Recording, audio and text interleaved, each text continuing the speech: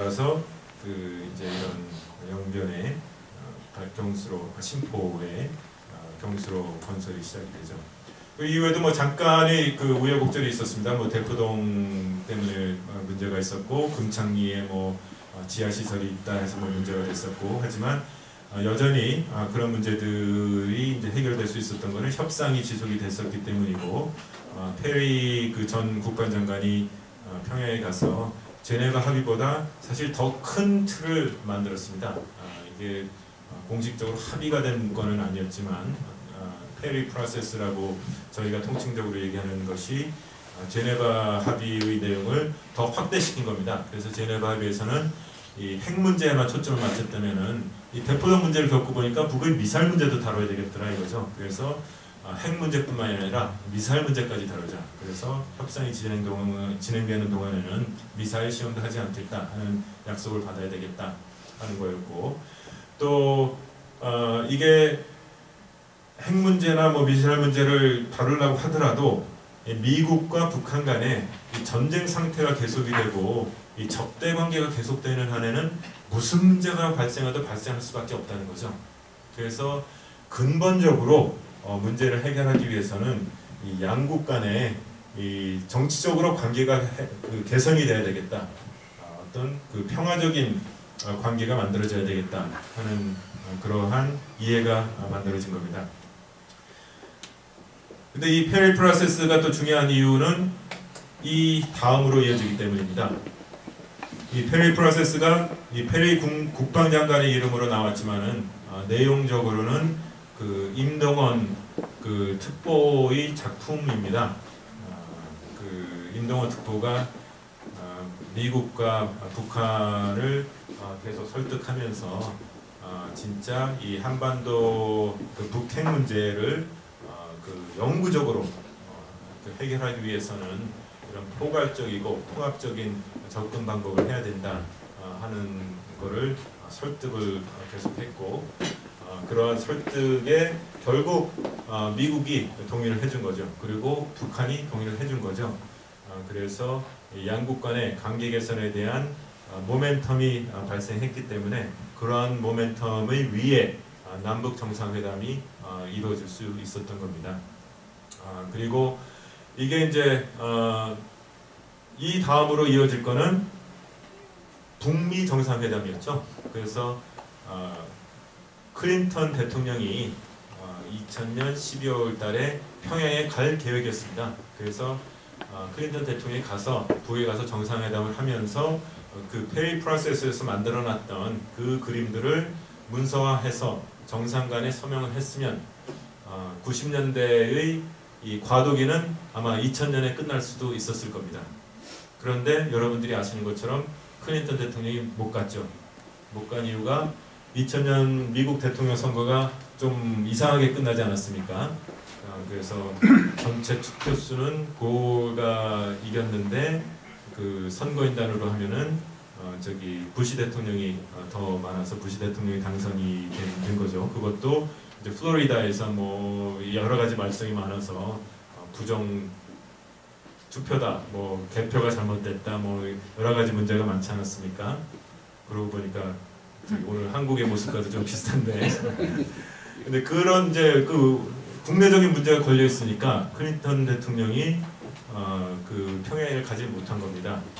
그래서 그 마지막 서명할 일만 남았는데 그거를 못하고 그 후임에게 그 일을 넘겨준 거죠. 근데 문제는 그 후임이 클린턴 대통령의 정책을 완전히 걷어찼다는 겁니다.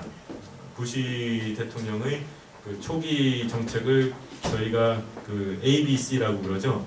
Anything but Clinton. 그래서 클린턴이 한 것만 빼고는 다 하겠다 이런 거 아닙니까?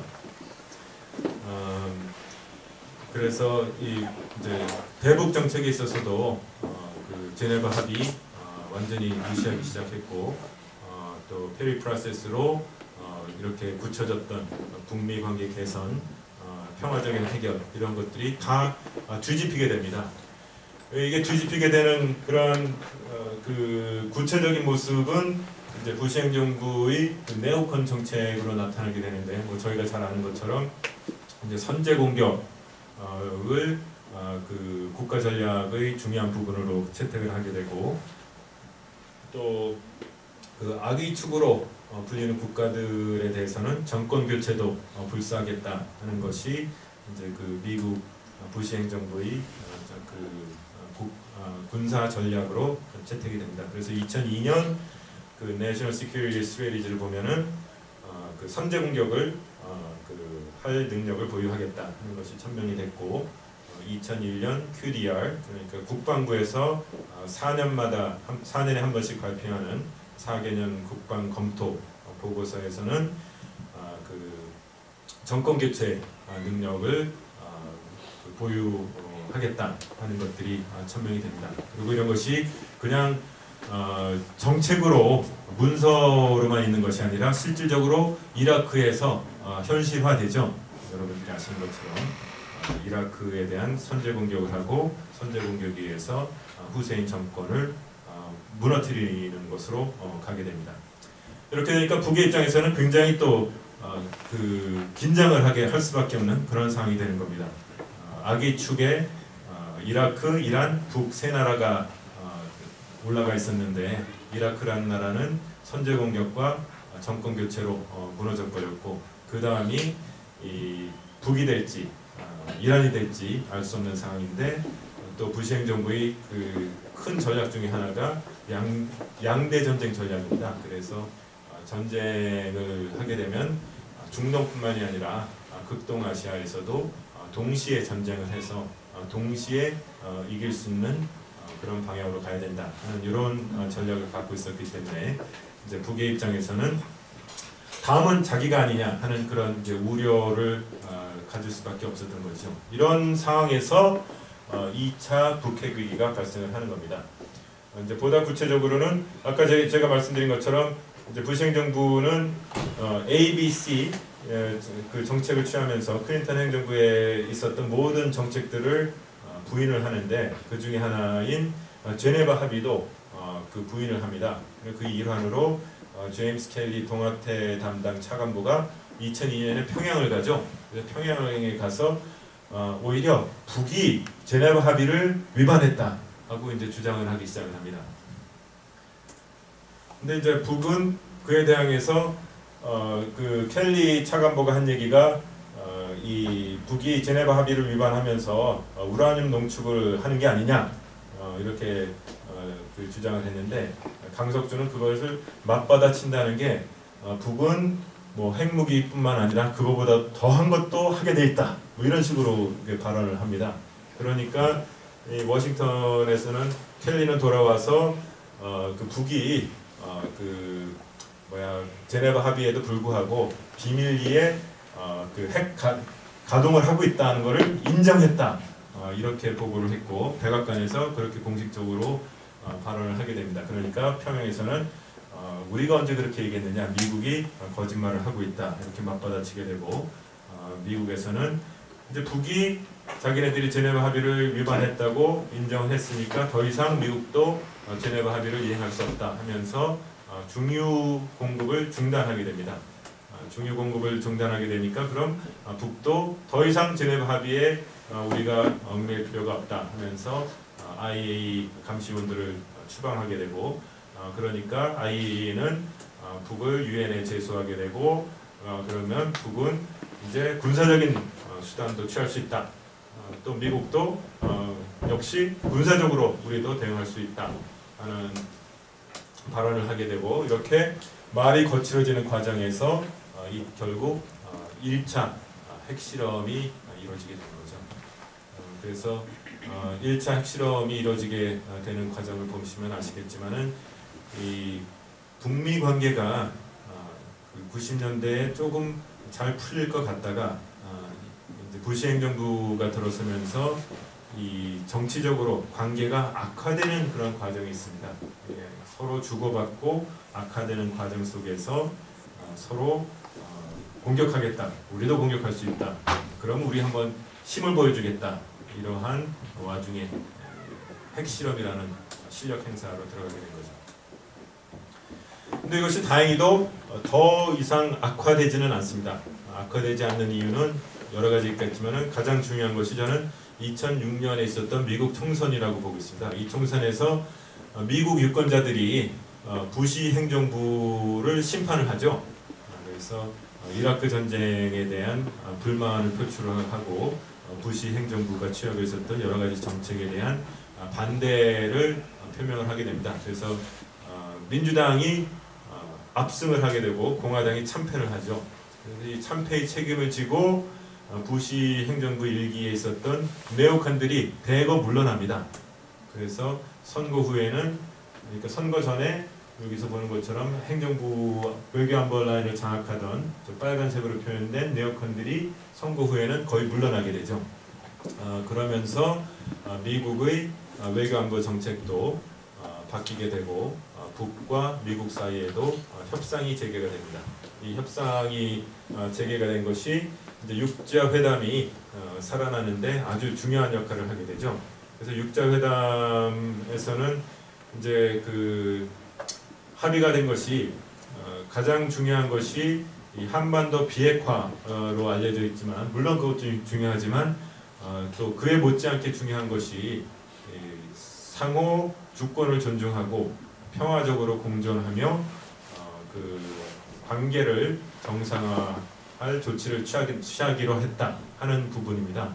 그래서 이 내용을 보면은 그 페리 프로세스에 있었던 내용이 육자 회담의 공동 성명 형식으로 여기서 구체화되는 겁니다.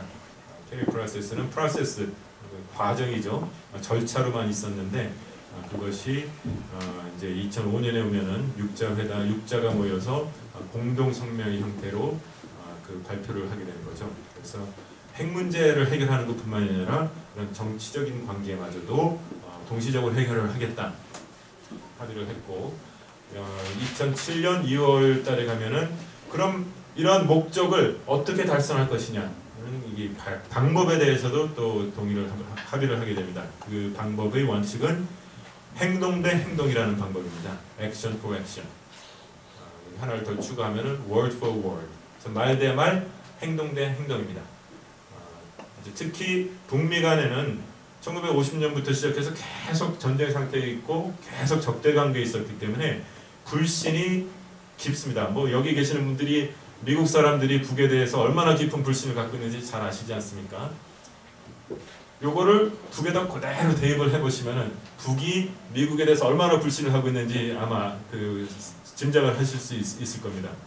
그래서 서로 이렇게 불신이 깊기 때문에 그 9.19 공동성명에서 뭐 좋은 합의를 했지만 이행하기는 어려운 겁니다. 네가 먼저 해, 네가 먼저 해 이러니까. 그래서 그러지 말고 그럼 우리 둘 다 동시에 행동을 하자. 그래서 액션 포 액션이 중요한 이행의 원칙으로 합의가 됩니다.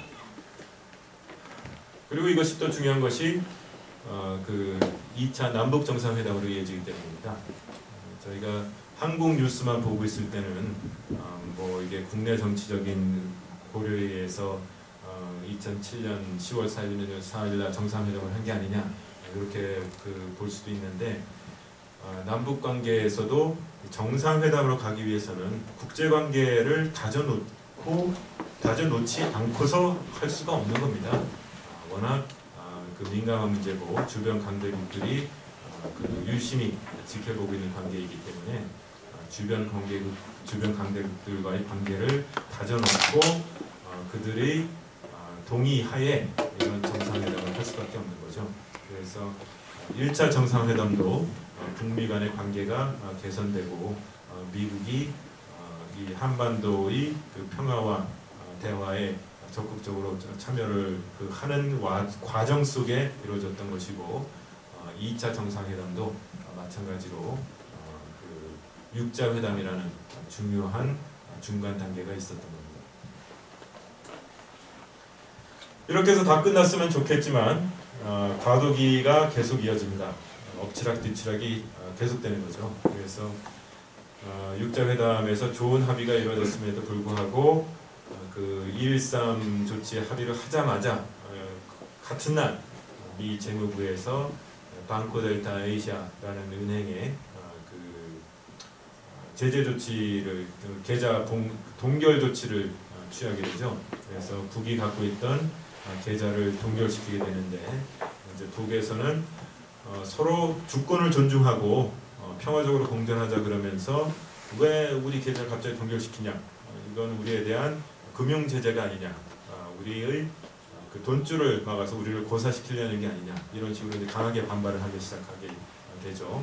또 반대로 미국 입장에서는 뭐 그동안 쭉 조사를 해보니까 이런 은행을 통해서 불법적인 그 자금들이 세탁이 되더라. 그래서 우리는 조치를 취한 거다. 이렇게 대응을 하게 되는 겁니다. 그래서 이 BDA 동결 때문에 육자회담이 이제 더 이상 진전을 못하고 중단된 상태에서 부시 정부가 끝나게 되고 이제 오바마 행정부가 시작이 됩니다. 여러분들이 아시는 것처럼 오바마 정부는 We can change라는 구호를 가지고 등장을 하죠. 이 구호에 못지않게 많은 변화들을 갖고 옵니다.